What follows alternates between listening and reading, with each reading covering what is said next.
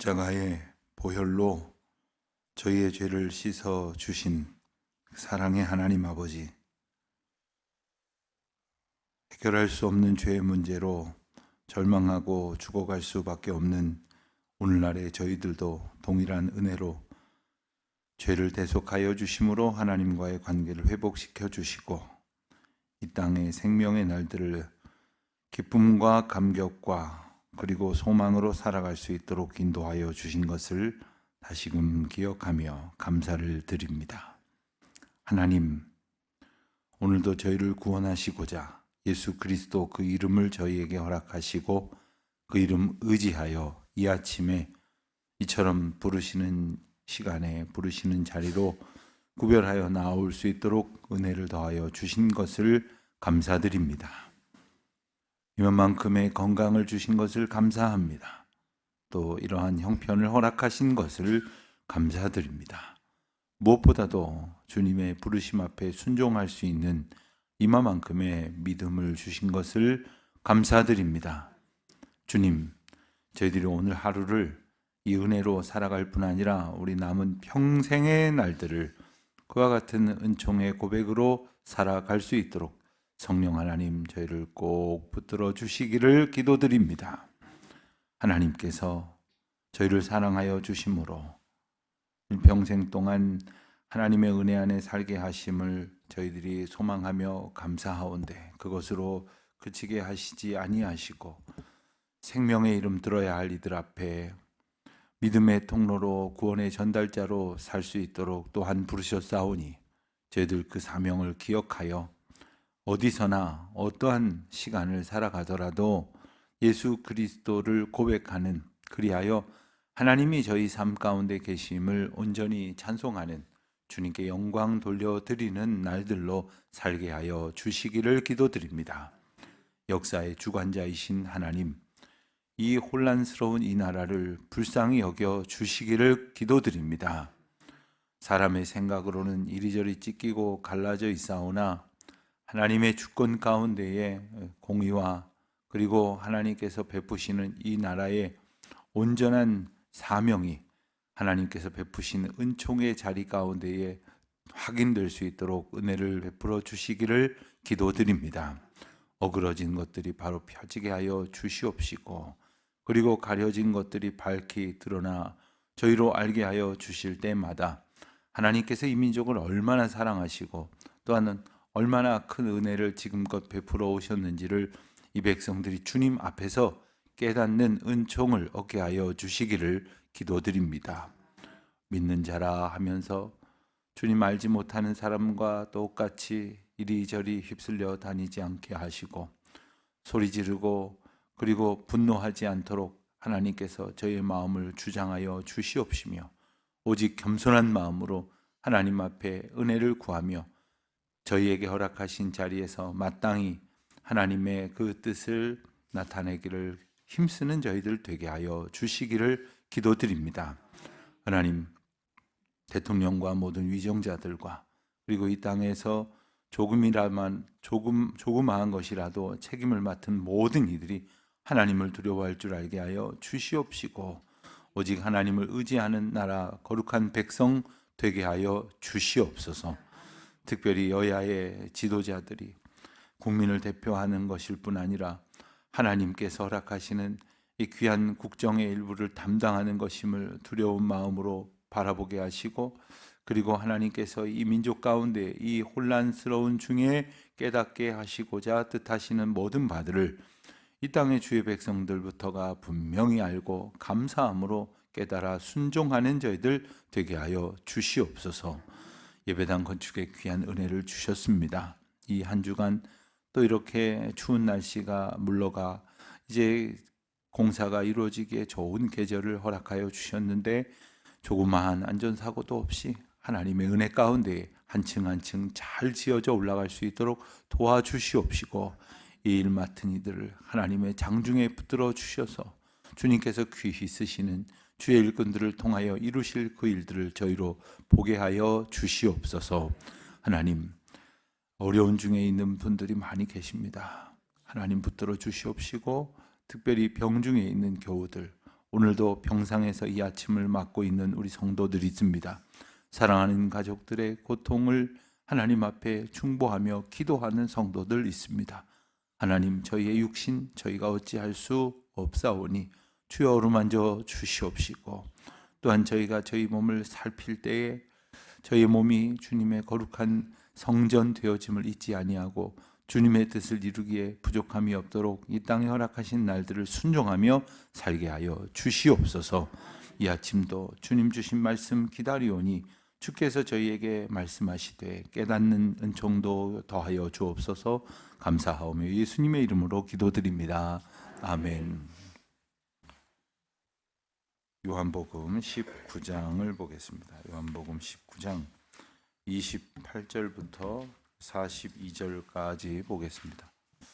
요한복음 19장 28절부터 42절 끝절까지 우리 함께 한 목소리로 봉독하겠습니다. 그 후에 예수께서 모든 일이 이미 이루어진 줄 아시고 성경을 응하게 하려 하사 이르시되 내가 목마르다 하시니 거기 신 포도주가 가득히 담긴 그릇이 있는지라. 사람들이 신 포도주를 적신 해면을 우슬초에 매어 예수의 입에 대니 예수께서 신 포도주를 받으신 후에 이르시되 다 이루었다 하시고 머리를 숙이니 영혼이 떠나가시니라. 이날은 준비일이라. 유대인들이 그 안식일이 큰 날이므로 그 안식일에 시체들을 십자가에 두지 아니하려 하여 빌라도에게 그들의 다리를 꺾어 시체를 치워달라 하니, 군인들이 가서 예수와 함께 못 박힌 첫째 사람과 또 그 다른 사람의 다리를 꺾고 예수께 이르러서는 이미 죽으신 것을 보고 다리를 꺾지 아니하고 그중 한 군인이 창으로 옆구리를 찌르니 곧 피와 물이 나오더라. 이를 본 자가 증언하였으니 그 증언이 참이라. 그가 자기의 말하는 것이 참인 줄 알고 너희로 믿게 하려 함이니라. 이 일이 일어난 것은 그 뼈가 하나도 꺾이지 아니하리라 한 성경을 응하게 하려 함이라. 또 다른 성경에 그들이 그 찌른 자를 보리라 하였느니라. 아리마대 사람 요셉은 예수의 제자이나 유대인이 두려워 그것을 숨기더니 이 일 후에 빌라도에게 예수의 시체를 가져가기를 구하매 빌라도가 허락하는지라. 이에 가서 예수의 시체를 가져가니라.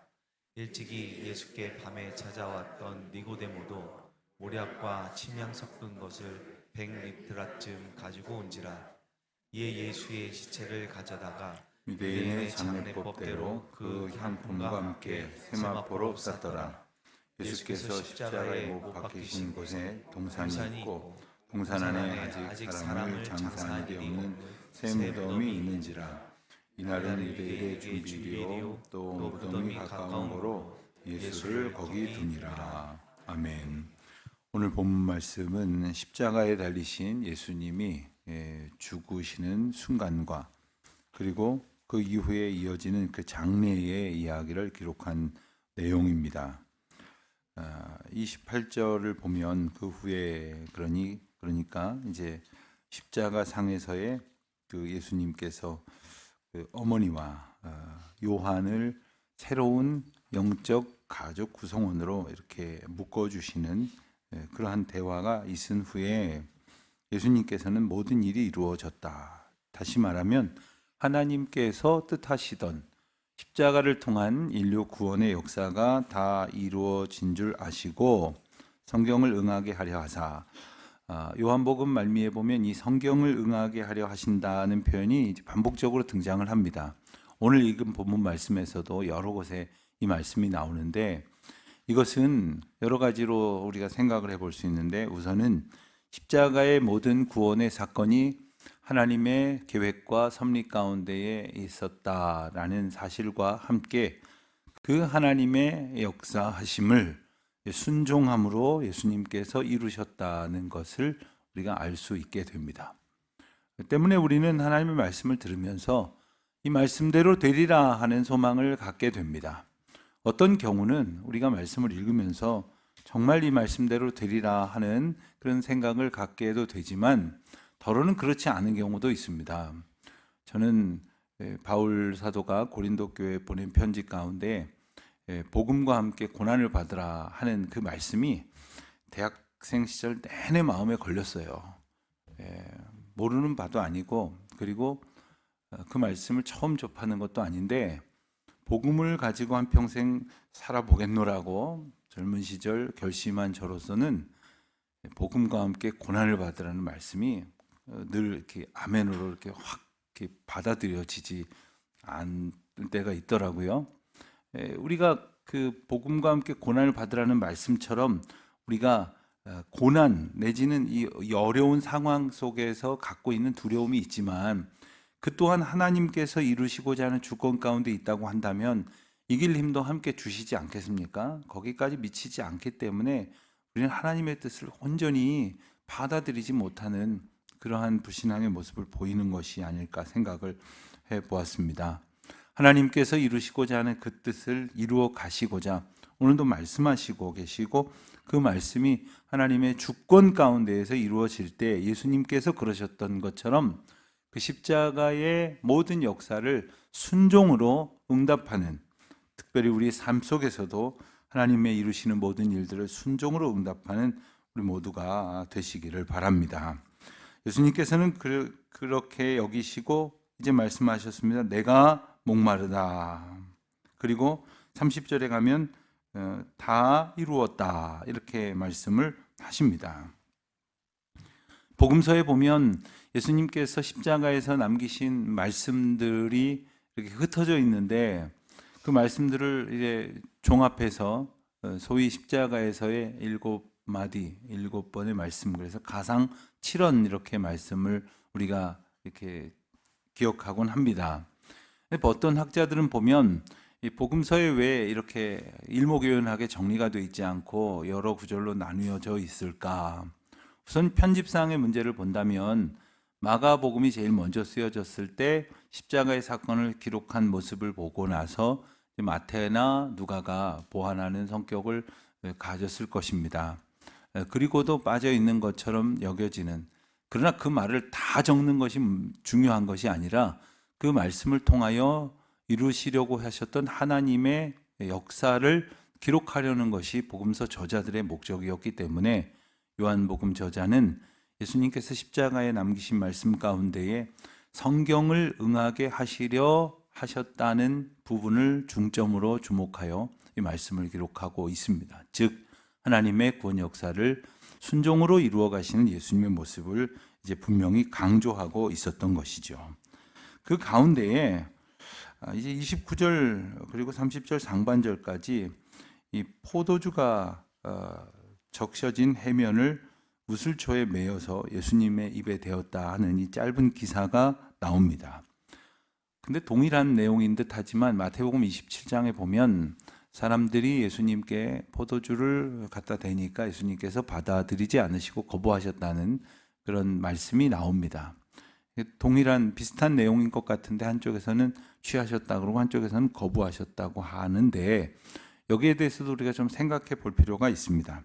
마태복음 27장에서는 그 쓸개라고도 번역을 하고 몰약이라고도 번역을 했는데 이 쓸개를 탄 포도주를 이제 예수님에게 이렇게 대어서 이렇게 조금이라도 마실 수 있도록 했으나 거부하셨던 일은 그 쓸개가 관행적으로 십자가형에 처해진 사형수들에게 제공하는 일종의 배려였습니다. 이게 마취제 성격을 가졌거든요.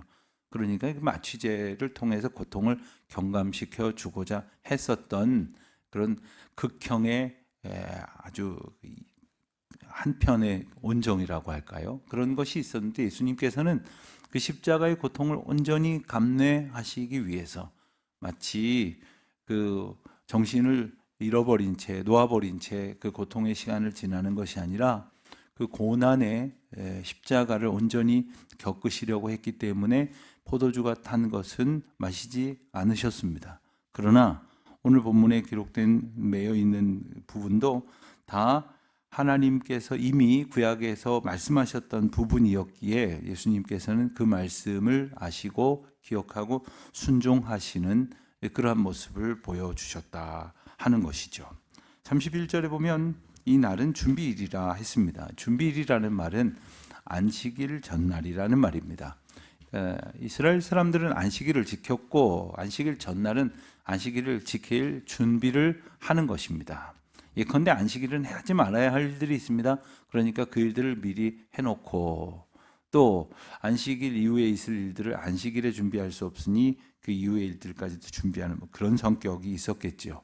또한 안식일에 규례를 따라 지켜야 할 일들을 지킬 수 있도록 하기 위한 준비도 필요했을 것입니다. 게다가 그 다음 날은 6월절이었습니다. 그래서 그 안식일이 큰 날이다 이렇게 표현을 했는데 큰 명절을 앞두고 있었기 때문에 여러 가지로 준비를 하고 있었을 것입니다. 그 중에 하나가 뭐냐면 시체를 십자가에 두지 아니하였던 전통입니다. 이것은 신명기 21장 22절로 23절에 나와 있는 말씀이기도 한데 나무에 시체를 매달아 두어 지내는 안식일이 불가하다는 그러한 그들의 율법 조항에 따라서 그 안식일이 되기 전에 이 사형 집행을 다 마치려고 지금 서두르는 모습입니다.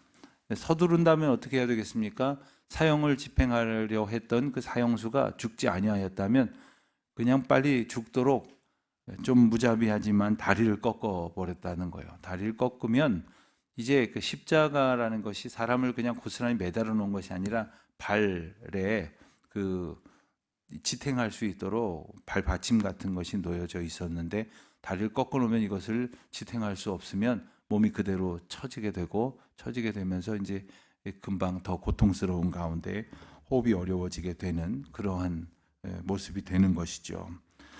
그래서 군인들이 가서 예수님과 함께 못 박힌 두 사람의 다리를 꺾었으나 예수님께서는 이미 운명하셨기 때문에 다리를 꺾지 아니하였다. 그 대신 죽었는지를 확인하려고 옆구리에 창을 찔렀다. 그런데 피와 물이 나왔다. 예수님의 십자가를 해부학적인 그 지식으로 쓰여진 책을 읽어보니까 이 창이 찔려진 이 각도로나 이게 몸에서 빠져나온 그 물과 피를 보면 옆구리를 통해서 심장에 이 창이 찔려졌다 이렇게 이제 분석을 합니다.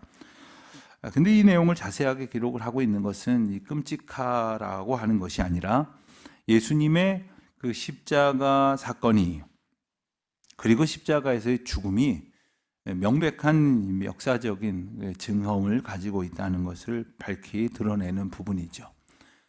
당연히 그런 일들도 나왔겠지만 예수님이 무덤에서 살아나셨다는 이야기가 돌았을 때 그렇다면 실상은 죽지 않았던 거 아니야? 뭐 이런 이야기도 돌았던 거죠. 그래서 십자가에 매다는 척 해놓고는 금방 내려서 이렇게 좀 이렇게 쉬게 했고 치료를 받게 해서 다시 살아나게 한 것을 부활했다고 말하는 것 아니냐, 뭐 이런 주장들도 얼마든지 있었을 것입니다. 하지만 오늘 본문에 나와 있는 이 모습들은 예수님께서 분명히 죽으셨고 그리고 또 부활하신, 사람이 죽어야 부활을 하는 거니까요. 부활의 역사가 분명하게 이루어났다는 것을 이렇게 밝히 보여주는 대목이 되겠습니다. 38절 이하에서 보면 예수님의 장례에 관한 내용이 나오는데 장례에는 아리마대에서 온 요셉이라는 사람이 뜻밖의 이 장례를 감당하겠다고 나섭니다.